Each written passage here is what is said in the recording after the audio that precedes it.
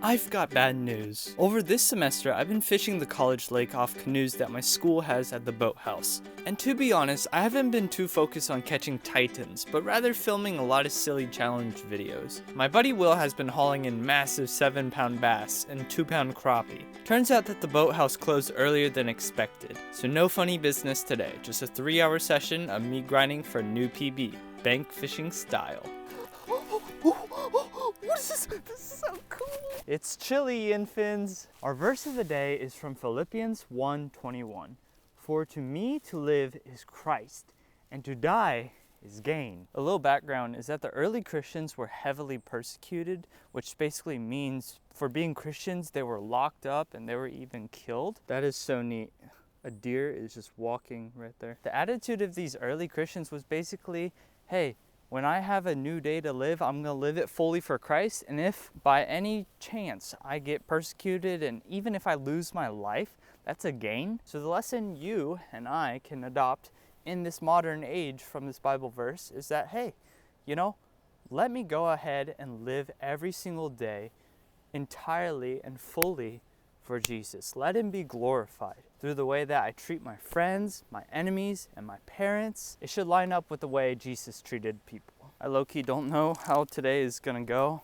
I ended up running into my good friend Will, who probably holds all the lake records here, and he told me these words: "You're not gonna catch anything today." You know what, Will? You're probably right, but I never like to go down without at least trying. So no funny business today, no challenges, no weird lures, just straight up fishing. This is the lineup right now. We got an ultralight, we have a little mini chatterbait, and a big old spoon. You might ask, isn't that a little overkill? Well, let me tell you, guess what? Back when I was filming a video with this giant metal spoon, I accidentally hooked into a 2-pound crappie, which of course I lost out of the boat.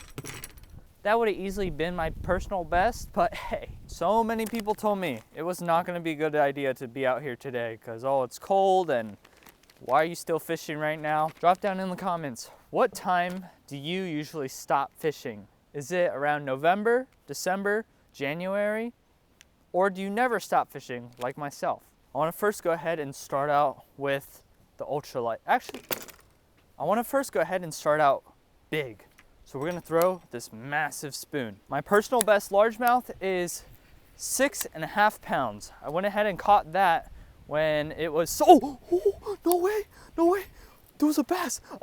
A bass literally just came up and smoked this thing. Anyways, before that one bass, it was about 1.5 pounds. It kind of just interrupted me.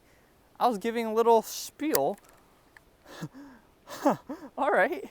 That's great news. I caught my personal best largemouth of 6.5 pounds at a private farm pond. My personal best bluegill is it's around 1 pound. I caught it at a golf course pond. And my buddy Will has caught a 7 and a 5-pounder this semester at school.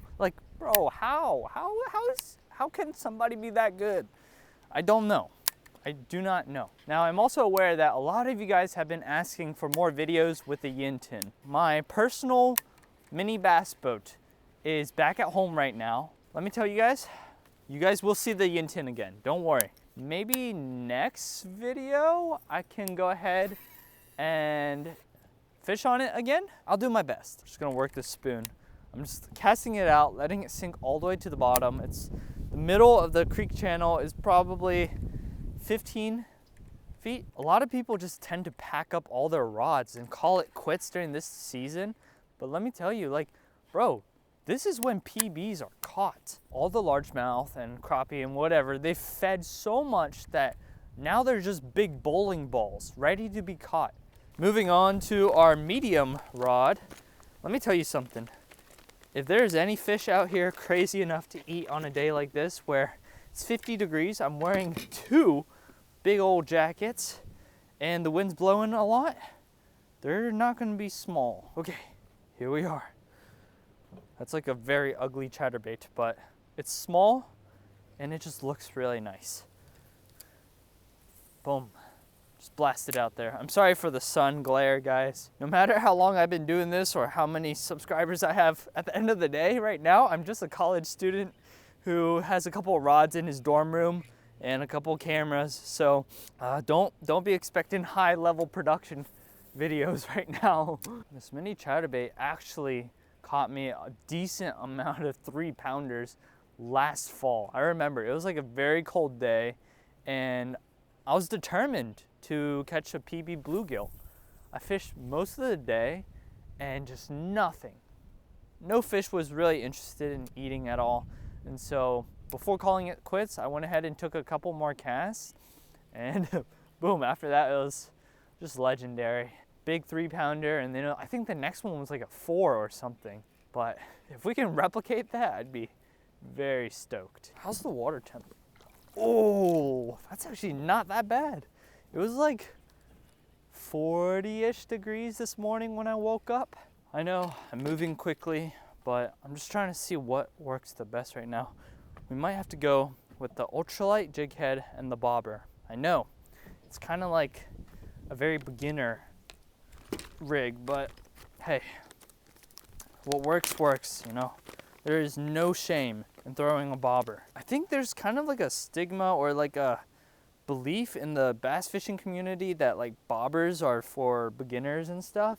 And yeah, most beginners do start off with bobbers, but I will also say the bobber, I mean, it's basically just an indicator for if a fish strikes you, and I don't think there's anything wrong with using one of these things, okay? So don't let anybody bully you into thinking that using a bobber is, you know, too easy or whatever. Let me tell you something.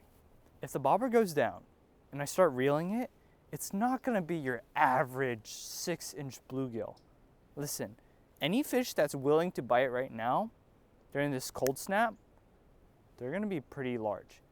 And most likely, they're gonna be my new personal best because I don't catch big fish that often.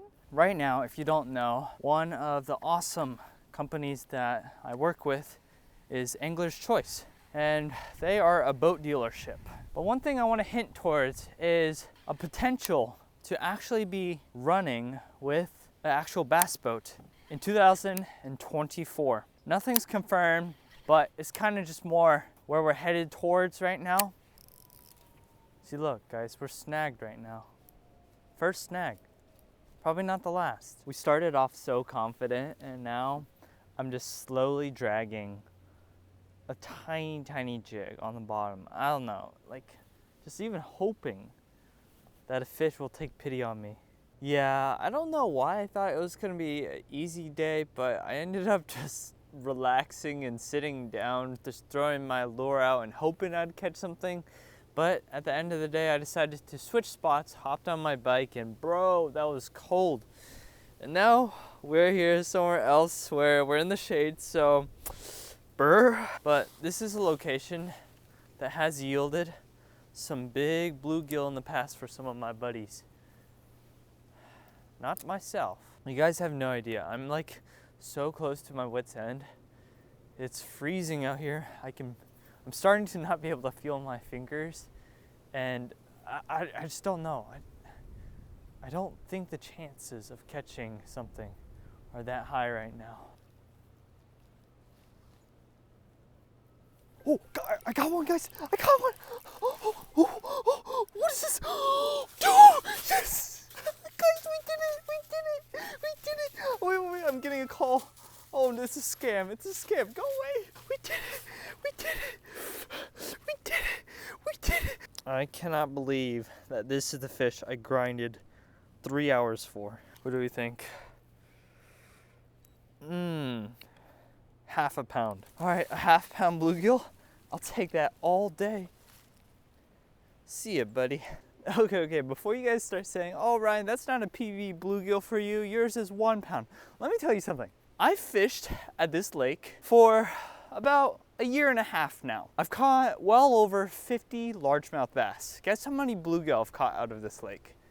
0. That was my very first bluegill. So technically, it's a lake PV for myself. That was chaos, bro. My phone started ringing and I was just like, uh-oh, my bobber just went down, y'all. Guys, God is so good. Like, bro, I did not deserve that fish at all. I was about to call it quits. I was like, ain't no way I'm about to like, ain't no way I can actually make a video for you guys this week. But then out of nowhere, that bluegill came in clutch. Bro, I'm pretty sure as I was reeling that fish in, I slipped too. Like, I just got way too excited. I kid you not. I've really never ever caught a bluegill here. If you go back and watch all my past videos fishing at my college lake, you will see that, boom, 0 gills. And as you guys know, a bluegill is much more rewarding than a bass. Anybody can catch a largemouth, but a bluegill, that takes real skill. Like, I'm not kidding, you guys have no idea how big of an accomplishment that 1/2 pound bluegill is for me. Oh, guys, we're about to get it. We got him. Oh, he's bigger, he's big. Yes, another slab. Yes, sir. Yes. Let's go. Thank you, Jesus. This is my official second bluegill out of this lake. Goodbye, buddy. This is so cool. 3 hours of not catching nothing all led to this moment where we're catching my favorite fish on earth, the legendary bluegill. So a little secret is this whole day, if you couldn't really figure out, I was trying to target bluegill. If you're still watching this video right now, comment, God is good. Just comment that, because he is. You know, even if none of that happened, I'm very grateful that I have this air to breathe. I have a body that works well enough to where I can walk around, fish these secluded areas. I'm thankful for all the gear I have. You know, I've broken off probably 5 times today. I'll just leave you guys with this one word. Serve God, enjoy life moment by moment, and maybe you'll find yourself with a bluegill at the end of your life.